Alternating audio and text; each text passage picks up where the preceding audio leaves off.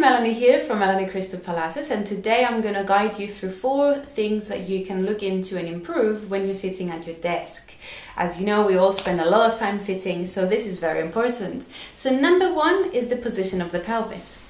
So in my experience, a lot of people, because sitting is tiring, after a while, even with the best intentions, they start sitting back and the pelvis is tipped like that. So a lot of people end up sitting towards their tailbone, which can put a lot of pressure in this area, and also it kind of switches off the abdominals, so they're not there to support you.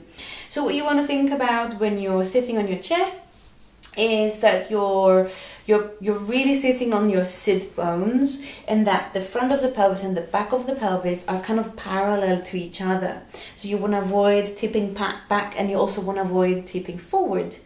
So you can do a few tilts to find the middle.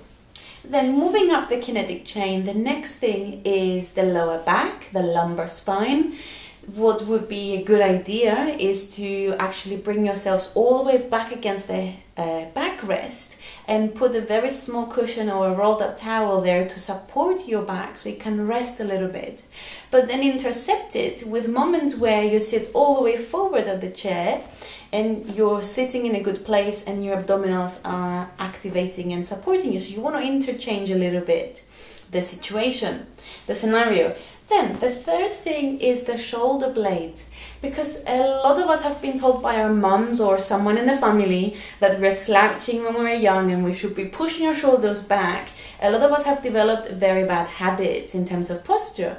So a very quick way to figure out where your shoulder blades should be is to bring your arms out in front of you, parallel to the floor, and without moving your head and neck or spine, to reach your arms forward and let your shoulder blades round forward. So this is a position that we don't want, of course. And then you want to do the other extreme in the other direction and bring the shoulder blades in. So once you've done a few of those, you want to find the middle. You want to find the place where your shoulder blades are just happily sitting on your back without them being pushed forward or back. So there should be no muscular tension, relatively speaking, in that position. And that's where you want to have your shoulder blades. So when you're typing, nothing else should be happening around here. The last thing is the head and neck. Whether your screen is too far away from you, or whether you can't see very well, whatever it is, we usually end up like that. So I want you to do what I call put your head on your neck.